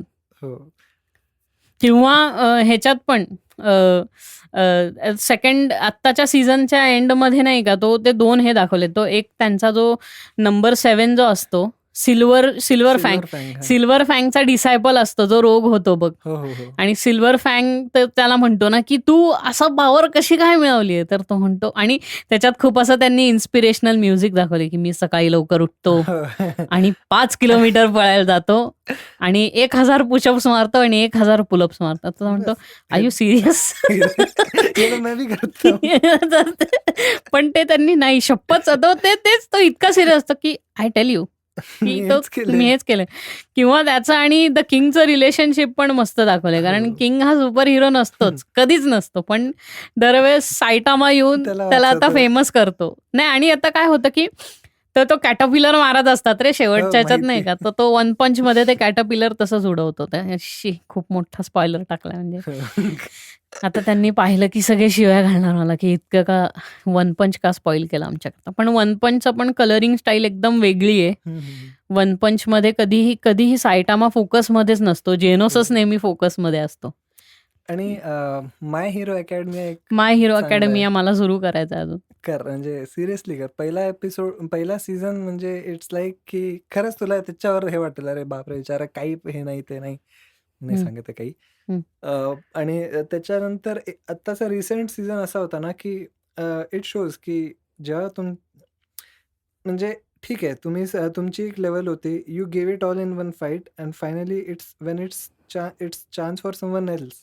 तेव्हा त्याला ते अचीव्ह करण्यासाठीही इझी नसतं, त्याला त्या लेवलला पोहोचण्यासाठी खटपट करावी लागते. हे सीझन 4 मध्ये तुला शेवटच्या एपिसोडला कळेल. अच्छा, म्हणजे तू ये आरामात ये 4th सीझनवर. म्हणजे किती 40-40 एपिसोड असतील ह्यांचे? 23 एपिसोड, छोटा आहे मग तसं म्हणलं. अर्ध्या तासाचा आणि 23 एपिसोड म्हणजे छोटा आहे, म्हणजे एका दिवसात एक सीझन संपवता येतो. बिंज वॉच करतो. बिंज वॉच नाही, तसंच बघायला लागतं, त्याशिवाय मजा येते, एक्साइटमेंट जाते. तसं आत्ता डेव्हिल आणि दुसरा कुठला आहे रे, ते पण खूप वॅम्पायर आणि ह्याच्याकरता चांगलं आहे. डेव्हिलच नाव आहे ना त्याचं, त्या ह्याचं. नाही, मून. कुठला मून? अरे यार, वॅम्पायर काय नाव आहे त्याचं, ह्याच्यावर आहे रे, वॅम्पायर्स वरती आहे. ॲनिमे हेल्सिंग आहे. नाही, नवीन म्हणजे असेल जुनं, पण ते नेटफ्लिक्स वरती मी आत्ता पाहिलं. असं मला काहीतरी फुल मून काय, नाही माहिती, लक्षात नाही, विसरलो. बरं. पण ते पण एक चांगलं आहे. आणि हायस्कूल DxD हायस्कूल DxD हा फुल ॲडल्ट कंटेंट आहे. ॲडल्ट कंटेंट म्हणजे मॅच्युअर ऑडियन्स करता कंटेंट आहे, ॲडल्ट कंटेंट नाही, मॅच्युअर लोकांकरता. सिरियसली बघत असतील ना त्यांना खरंच वाटेल. आणि जी लोक आता कॉलेजमध्ये आहेत ना, ते त्यांना खूप आवडेल ते, कारण इतक्या झबरीपणा आहे ना त्याच्यात. तो जी लोक कॉलेजमध्ये जातात ना मुलं, त्यांना फार मजा येईल ते बघायला, कारण काय ते एक्झॅक्टली तसं आहे. हायस्कूल DxD आहे, नंतर गॅन्झो एक आहे जे पण त्याच्यात पण अडल्ट कंटेंट मच्युअर कंटेंट आहे परत, की मच्युअर लोकांकरता, कारण त्याच्यात गोरी आहे खूप. गांझोमध्ये सगळं किलिंग आणि ब्लड स्पिल वगैरे हे खूप आहे, डिकॅपिटेशन खूप आहे, जे ह्याच्यात जोजोमध्ये तर त्यांनी ते असं हाईडच केलंय अख्खं. हो. अरे हां, मी एक सांगायचं होतं. आत्ता सध्या गेम टेस्टिंगला माझ्याकडे, मी स्पॉईल काही नाही करणार आहे because it is completely classified. But या तुम्ही जर गेमर असाल आणि तुम्ही लिटल नाईटमेअर्स गेम खेळला असाल, लिटल नाईटमेअर्स 1, तर त्याचा 2 पण लवकरच रिलीज होतोय. It was for few days on testing on me. हो, पण हे लिटिल नाईटमेअरच्या ह्यांनी केलंय का अनाऊन्स काय? की 2 येणार आहे? मी दाखवलं ना की ट्रेलर तुला त्या दिवशी. अच्छा, ओके, मग तो येतोय म्हणजे. हा, हा, म्हणजे असं नको व्हायला की classified ह्यांनी स्पॉईल केला आणि कंपनीवाले बोंब मारायला लागले याच्या नावाने. Bye bye. तुझं बाय बाय होणार की तुमच्या एका फालतू माणसामुळे अख्खं हे स्पॉईल झालं. नाही, पण लिटल नाईटमेअर्स 2 येतोय. It is good. It is really awesome actually. तुम्ही ते 1 खेळा पण, म्हणजे तुम्हाला. आणि ॲम्निशिया हा आणखीन दुसरा हॉरर हे आहे ना गेम. ॲम्नेशिया पण आहे आणि आउटलास्ट पण आहे. आउटलास्ट आणि ॲम्निशिया.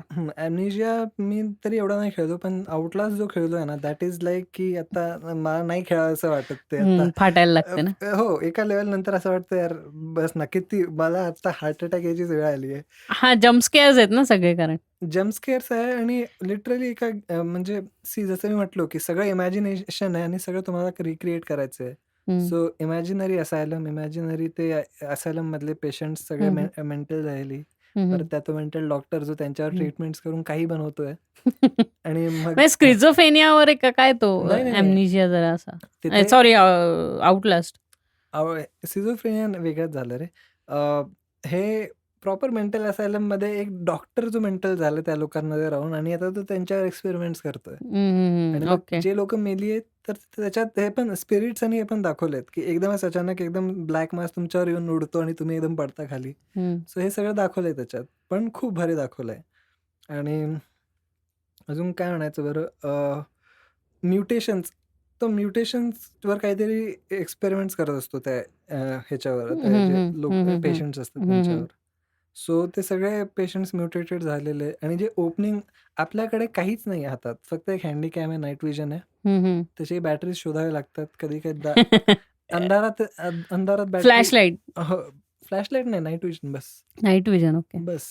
ते कुठल्या गेम मध्ये की तुम्हाला आता ते नवीन तुमचं PS कंट्रोलर असं हलवायला लागतं ती बॅटरी नीट करण्याकरता, आणि तुम्ही असं केलं ना PS की तो लिटरली काय ह्याच्यात होता आता, आय गेस अनचार्टेड नाही, आत्ता कुठला आला, अनचार्टेड 2 आला ना? नाही, 4 पर्यंत अनचार्टेड नाही, थांब,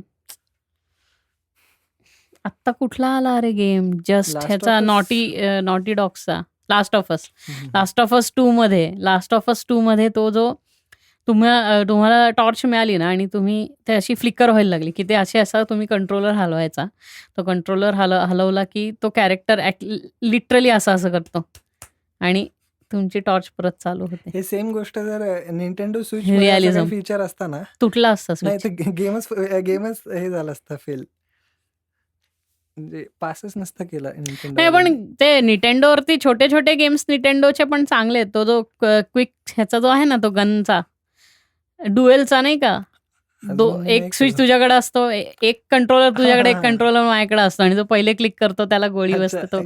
तो काऊबॉय ह्याचा काय म्हणतात त्याला, तेच काऊबॉय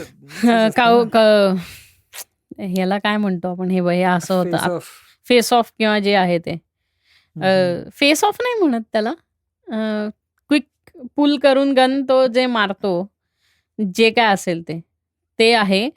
नंतर काय ॲनिमल पार्क काय रे तो गेम आत्ता स्विचवरती खूप ॲनिमल क्रॉसिंग हा खूपच फेमस, खूपच जास्ती चाललाय सध्या स्विचवरती. स्विचचा सगळ्यात हिट गेम चाललाय तो animal crossing. Open world game आहे, सिम सिटी टाईपच आहे, पण त्याच्यात थोडंसं सिम सिटीचं मिक्सचर आहे, थोडंसं आय गेस माइनक्राफ्टचं मिक्सचर आहे, आणि थोडंसं म्हणजे तुम्हाला असं सगळं एकत्र ग्रुपमध्ये मग तुम्हाला ते म्युझिकल गोष्टी वगैरे मिळत जातात वगैरे, असलं काय काय काय काय आहे त्याच्यात. तर तो पण एक खूप हिट चाललाय गेम सध्या. हो. आणि अजून आता स्विचवर बरंच काही येतंय जे आपण आधी हेलो स्विच व्हर्जन येतोय. हम्म. परत वन पीस पायरेट वॉरियर्स 4 हे झालंय रिलीज. हम्म. चांगला तोही होता एक ते म्हणजे एक्सपिरियन्स त्याचा चांगला आहे कारण स्टोरी लाईन खरीच तुम्हाला सगळं जाणीव करून देईल अख्खा. हम्म. तो जो एक वन पीस अॅनिमे मधला एक पोर्शन आहे, मेजर पोर्शन, हम्म. की म्हणजे जे लोक अजूनही वन पीसचे आता नियरली 800 की 900 हो, खूप होतील. मोठं आहे. म्हणजे ते आत्ता सुरू करणंही फार अंगाशी येतं कारण एवढे एपिसोड आहेत वन पीसचे.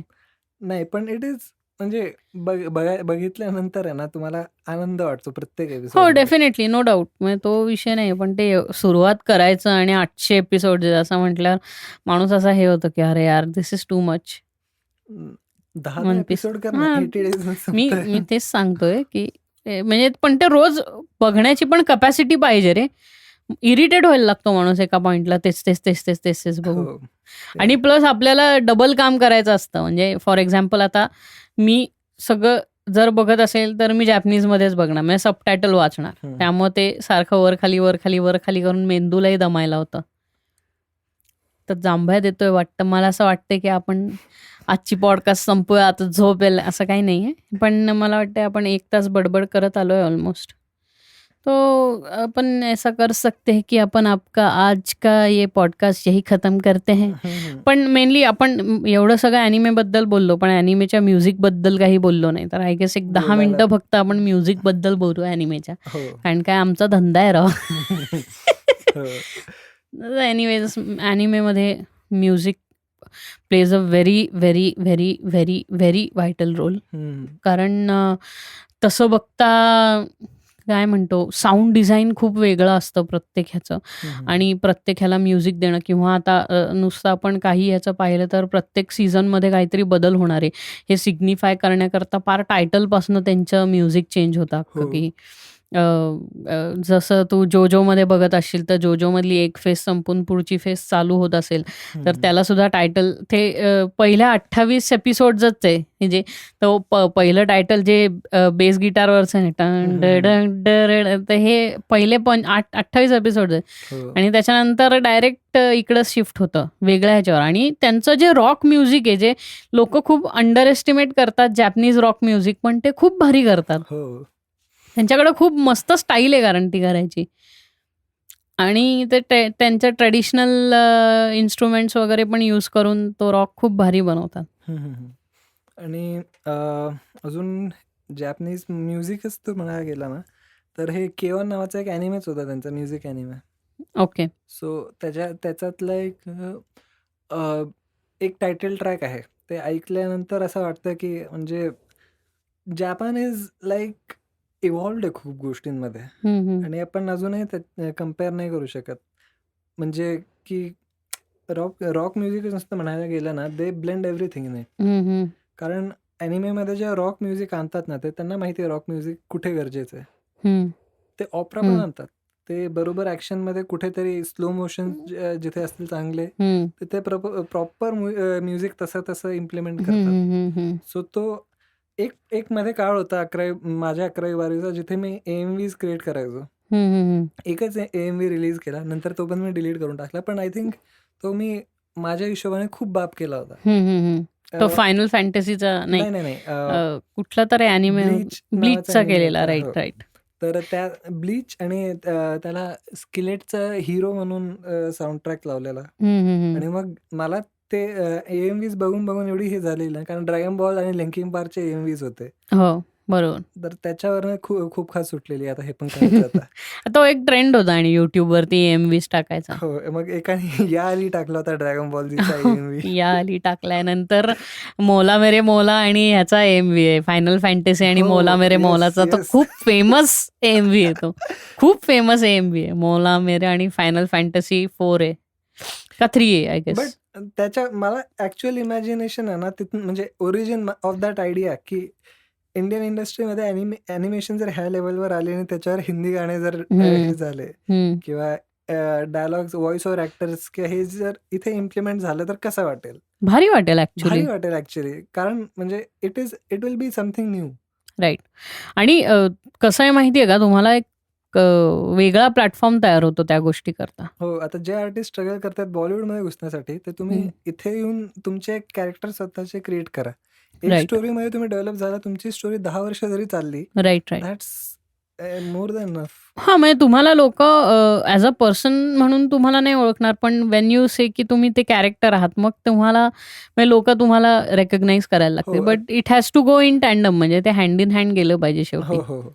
आता फॉर हे कॉमिकॉनच्या इव्हेंट्समध्ये ऑप्टिमस प्राईमचा जो व्हॉइस ओव्हर देतो, कोणाला माहित नव्हतं व्हॉइस ओव्हर देतो, मागे बसला होता. नंतर त्याने एका क्वेश्चनसाठी माईक घेतलाय आणि ऑप्टिमसच्या प्राईममध्ये ऑप्टिमस प्राईमच्या आवाजात बोलला. बोलला. लोक अरे बापरे, हा आहे का? राईट सो अनटिल अनलेस तुम्ही गरज नाही की तुम्हाला जर इंडस्ट्रीत उतरायचं असेल तर तुम्ही स्क्रीनवर दिसावं. तुम्ही व्हॉइस ओव्हर ऍक्टर म्हणून पण तुम्ही जर right right you will be known hmm, at least by your voice. Right म्हणजे प्रत्येक वेळी स्टारडम मला स्क्रीनवर असू पाहिजे ते गरज नाहीये, म्हणजे बस झालं. नाही, दिस इज बिकॉज आपल्या इथे दोनच गोष्टींना खूप जास्ती महत्त्व दिलं जातं. पहिली गोष्ट म्हणजे if you have some power, तुम्ही पॉलिटिशियन वगैरे आहात तर लोक तुमच्या मागे लागतात. आणि the other thing is if you are famous, like famous like Shahrukh Khan. हा शाहरुख खान आला, मग लोक एकदम गर्दी. या दोनच गोष्टींच्या मागे तर आपल्या देशातली लोक सारखीच हिंडत असतात, पॉवर आणि फेम. सो पॉवर आणि रेकग्निशन असं म्हणू शकतो तू त्याला, की ते रेकग्निशन. आणि तसंच लोक गॉड लेवलवर जातात. तर दॅट इज की तो एक स्टिरिओटाईप झालाय. तो स्टिरिओटाईप जेव्हा ब्रेक होईल तेव्हा हे सगळं होईल की इक्वल. पण धिस इज युटोपिया मधली ड्रीम आहे की सगळ्यांना इक्वली सगळं मिळेल, असं कधी होतच नाही. हा, पण ठीक आहे ना. But anyway the thing is की मिळालं पाहिजे, आपण असं म्हणतो. हो, पण ऍक्च्युली जपान, तुला माहिती आहे का, जपानमध्ये अॅनिमेशन इंडस्ट्रीज क्राऊड फंडिंगवर चालतात. बरोबर आहे ना. क्राऊडच फंड करते की आम्हाला हे तुमचे मँगाज आवडतात, तुम्ही जर आर्टिस्ट असाल, तुमची जर अॅनिमेशनची छोटीशी कंपनी असेल, आम्ही फंडिंग करू राईट. तुमच्यासाठी anime नाही, मग आपल्या इथे लोकांनी चांगल्या सिनेमा करता लोकांनी असं केलं पाहिजे क्राऊड फंड, की हो. तुम्हाला माहितीये की तुम्ही असे आहात आणि तुम्हाला कुठलीही मोठी काय म्हणतो आपण डिरेक्टर्स किंवा डिरेक्टर नाही, मोठी प्रोडक्शन कंपनी वगैरे त्यांचे पैसे तुमच्या सिनेमा करता लावणार नाहीये just because of some rivalry or bullshit something.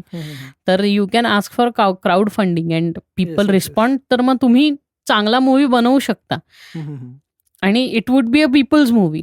म्हणजे लोकांनी खरंच फंड करून बनवलेल्या मूवीपैकी तो एक मूवी होईल.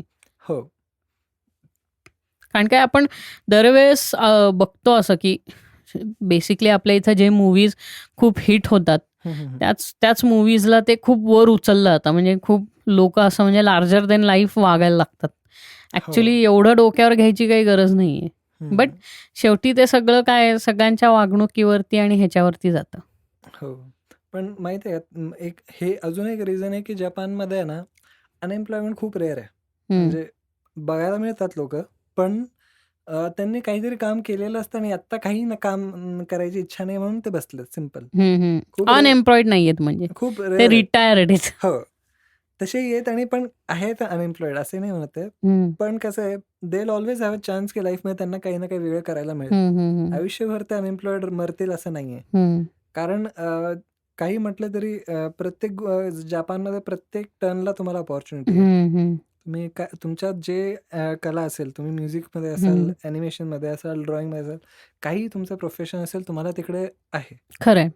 आणि द थिंग इज की तुम्ही स्पेसिफिकली जेव्हा म्युझिकमध्ये मेन स्ट्रगल काय होतं, साऊंड डिझाईन करताना सुद्धा एक ऑब्झर्व होतं की जी गोष्ट तुम्ही बघू शकत नाही किंवा जी गोष्ट तुम्हाला जनरली नेचरमध्ये किंवा आपल्या डोळ्यासमोर आपल्याला कधी दिसत नाही, तर ती लोकांच्या समोर आणताना काय करायचं. म्हणजे मी मगाशी जसं जुरासिक पार्कच्या टी-रेक्सचं एक्झाम्पल दिलं, तसंच ॲनिमेमध्ये पण खूप होतं की जनरली त्या काय म्हणतो आपण की फॉर एक्झाम्पल से वेगवेगळे डिमन्स येतात किंवा डिमन्स येतात ह्याच्यात वन पंचमध्ये.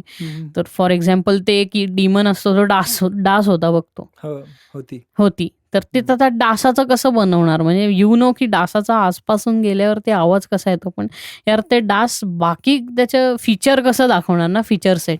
मग त्याच्याकरता ते साऊंड डिझाईन जे तयार करतात की ती रक्त पिऊन लोकांना मारते वगैरे, आणि ते कसं ऐकताना कसं तुम्हाला फील होईल, म्हणजे ते व्हिज्युअल आणि त्याच्याबरोबर येणारं म्युझिक जेव्हा एकत्र असं टँडममध्ये जातं, तेव्हा ते जितकं भारी वाटतं. तर तसं काहीतरी करता आलं पाहिजे किंवा तसं म्युझिक जेव्हा तुम्ही एक्सपिरियन्स करता, तेव्हा आणखीन मजा येते. हो. आणि द अदर थिंग इज की त्यांचं म्युझिक हे 5.1 स्टिरिओ नाही आहे, जस्ट स्टिरिओ आहे. म्हणजे 5.1 नाही केलेलं त्यांनी, फुल स्टिरिओ वगैरे नसतं ते. दॅट इज जस्ट ते त्यांच्या ॲनिमेला केटर करण्या इतकं म्युझिक त्याचं असतं. त्यामुळं ते असं खूप महागडं स्टाईलनी नाही का, म्हणजे सिनेमा स्टाईल नसतं त्याचं. हो. म्हणजे तू मार्वल्स मूव्हीज ज्या आपण MCUच्या बघतो, मग तो इकडनं आलेली ॲक्स तिकडं जाताना कानाला कसं फील होतं, प्रॉक्सिमिटी किंवा बायन्युरल साऊंड ज्याला आपण म्हणतो, तर तसं एवढं नाही आहे त्याच्यात. It is just point two point music खूप छान जातो आणि ते इतकं छान कॉम्पॅक्टली ब्लेंड केलेलं असतं की ते ऐकताना आणि त्याच्याबरोबर व्हिज्युअल्स बघायला फार मजा येते. हो. म्हणजे एक ट्रीट असते. म्हणजे तुम्ही जेव्हा जॅपनीज पॉप्युलर लोकं जॅपनीज ॲनिमेज पॉप्युलर काही का होतात? कारण it goes with the wavelength of everyone, of every age country, age age and जिथले तुम्ही असाल तिथले. इव्हन कारण काही ॲनिमेज असे आहेत जे सगळीकडे इव्हन आजकाल सौदी अरेबिया आणि ह्या साईडला पण ॲनिमेज खूप क्रेज आहे. हो, बरोबर आहे. म्हणजे एक काळ होता की म्हणजे ह्या लोकांना ॲनिमेज पण माहीत नव्हते. अरे, मी तुला तेच सांगतोय, ते मलेशियामध्ये चांगले, इंडोनेशिया आणि मलेशियामध्ये चांगले ॲनिमेशन्स बनवायला लागले रे ते लोकं. हो. मग ते जर आले तर आपण का मागे आहेत? म्हणजे द थिंग इज की टेक्नॉलॉजी हे केटर करू शकतीये. टेक्नॉलॉजी आहे इतकी स्वस्त आता की तुम्ही चांगलं ॲनिमेशन बनवू शकता. म्हणजे आपण एका स्टार कास्टसाठी एवढं फंडिंग लावतो. मी म्हणतो थोडीशी फंडिंग लावून पिक्सार इंडियामध्ये आहे. इंडियामधनंच सगळं ॲनिमेशन होऊन सगळं बाहेर जातं. तर आपण इथेच एक का नाही आपली डेव्हलप करावी, म्हणजे एक काय HQ डेव्हलप करावा, खरंय. जे रिसोर्सेस त्यांचेच वापरून Indian animation movies, animated movies काढावे. किंवा आता डिझनी हॉटस्टार झालंय, तर आता डिझनीने काहीतरी इनिशिएटिव्ह घेऊन इंडियामध्ये जरा इंडियन Scope खूप ऑडियन्सच्या ह्याच्याप्रमाणे कार्टून्स किंवा असं बनवावं. कारण आय गेस तो मोठी कंपनी म्हणून नाही का, डिझनी इज अ व्हेरी काय म्हणतो ॲप्रोप्रिएट वन. हो. आणि इंडियाचा जो म्हणतो आपण एक इंडियाचा प्लॉट घेणं एका स्टोरीमध्ये इट विल बी म्हणजे एक नवं असेल. खूप बघितलंय आपण हॉलिवूडमध्ये इंडिया रिप्रेझेंट करतात, पण त्या लेवलवर म्हणजे तेवढी ॲक्युरेसी नसते. तो एक प्रेसिजन नसतो. ते तुम्हाला केव्हा मिळेल जेव्हा तुम्ही इकडले लोकं वापरणार, इथले लोक कॅरेक्टर्स वापरणार. स्टिरिओटिपिकल गोष्टींकरता इंडियन्स म्हणजे कॅरेक्टर्सला यूज केलं गेलं. प्रत्येक वेळी तुम्ही इंडिया रिप्रेझेंट करताना सितार वाजवता. मग पण ते ह्याच्यातही जोजोमध्ये पण झालं, म्हणजे ते इंडियात येतात तेव्हा फुल इंडियन सगळे जे सतार बितार हेच, म्हणजे त्यांना असं वाटतं की इंडियामध्ये अजून हेच चाललंय, लोक तिथेच आहेत. It's not like that actually. म्हणजे आता आम्ही हे अग्री करतो की तेव्हा ऍक्च्युली काळ त्याचा पिरियड तसा दाखवलाय. हो, 80s 90s मध्ये आहे ना तो? 70s मधला आहे. हो हो. मग ठीक आहे, मग तेव्हा तुम्ही वाराणसी तशी असं दाखवू शकता. बट त्याच्यात त्यांनी तो ह्याचा जो म्युझिक केलंय, अब्दुलचं म्युझिक केलंय. अब्दुल नाही विसरलो असेल. तो जो फिनिक्स आहे ना, फिनिक्स तो. आणि दुसरं म्हणजे त्या विलनचं म्युझिक एक अरेबिक म्युझिक आहे बघ त्या विलनला, जे ह्याच्यात स्टारडस्ट क्रुसेडच्या शेवटच्या फाईट्स मध्ये आहे बघ. ते नाही का, लास्ट हा, तर ते म्युझिक आहे ना, ते पण भारी केलं. म्हणजे त्यांनी ते बिल्ड भारी केले ते दरवेळेस. म्हणजे त्यांनी डीप स्टडी केली की ज्या लोकेशनवर आपल्याला कॅरेक्टर्स न्यायचे आहेत त्या लोकेशनचा ऍटलिस्ट काही पर्सेंटेज राईट काहीतरी आणावं आपण, आणि ते Right. केलं त्यांनी. हो. इवन ते रेस्टॉरंट्स वगैरे पण खूप छान दाखवलं त्यांनी इंडियामध्ये असताना, वाराणसीमध्ये. असं त्या टाइमच्या पिरियड प्रमाणे पण त्यांनी असं खूप छान बनवलंय ते. हो. That is very appreciable. फक्त होतं असं की इंडियन म्युझिक फार स्टिरिओटिपिकल स्टाईलमध्ये वापरलं जातं सगळीकडे, की अजूनही आपल्याकडे तबला सतार हे असंच घालून वाजवतात. बट आपल्याकडं पण खूप काय म्हणतो, आपल्याकडे जे रॉक म्युझिक वगैरे हे सध्या खूप असं आपण म्हणू की अवांट गार्ड स्टेजला आहे, की हो. की अवांट गार्ड इन द सेन्स की काहीतरी नवीन ह्याला तो फ्रेंच शब्द आहे अवांट गार्ड म्युझिक. ते अवांट गार्ड स्टेजला आहे आपल्याकडे सगळं. डेथ मेटल वगैरे आपल्याकडे, म्हणजे डेथ मेटल काय असतं असं असं होतं ना कधी कधी, की ऐकणारे पण असतात पण खूप लोकांनी ऐकलंही नसतं त्याबद्दल. हे का ओरडतोय? हां, मग हे काय, हे असं कोणी गातं का बॅ बॅ बॅ असं करत, म्हणजे ग्राउलिंग करत गाणी वगैरे. तर that is on a avant garde stage इंडियामध्ये. तर ते थोडं व्हायला लागलं, ब्लेंड इन व्हायला लागलं की होईल चांगलं. आणि आय थिंक तू मला इंडियन आयडलचा एक एपिसोड आठवतोय ऑडिशनचा, ज्याच्यात एक असाच मुलगा आला होता जो ग्राउलिंग नाही, असे ग्रंज टाकून त्याच्या ग्रंजी आवाजात आवाजात. हां. इंग्लिश गाणं एक म्हणत होता आणि हं, चांगला म्हटला तो. हं, त्याच्यावर I don't know Javed Akhtar होता मे बी. ही वाज हं, लाइक की ये हमारे देश की परंपरा नहीं है, ये ऐसा, ये वैसा नहीं है. हं, तर हं, हं. माझं म्हणणं हेच आहे की जर ठीक आहे, आपण म्युझिक रिप्रेझेंट जर करतोय, आपण दुसरं म्युझिक अडॅप्ट का नाही करू शकत? आपलं म्युझिक एक्झॅक्टली. तर आपण एक्झॅक्टली करतोच आहे. जर जॅपनीज लोकांनी त्यांचं ट्रेडिशनल म्युझिक आणि वेस्टर्न म्युझिक इतकं छान ब्लेंड करू ब्लेंड शकले, तर आपण का नाही करू शकत हां, ते? आपल्याला काय, आपण काय रिस्ट्रिक्शन्स देतोय? हं. आणि आपल्याकडे तर त्यांच्याहून जास्ती काय म्हणतो, मोठा प्लॅटफॉर्म आहे. त्यांचा तर इतका मोठा प्लॅटफॉर्म पण नाहीये. म्हणजे अरे ते जपान आहे बाबा. एक सुनामी आली की डुबून जाईल आणि हां, ते बुडून एवढे जातं. म्हणजे त्या एक्झॅक्टली, म्हणजे तू जे म्हणतोयस तेच आहे, की जर त्यांची कपॅसिटी ही असू शकते, तर मग आपली कपॅसिटी का आपण नाही का असू मागे शकत? राहतो? ते प्रत्येक गोष्टीत करतायत म्हणजे एक्सेल बघ ना.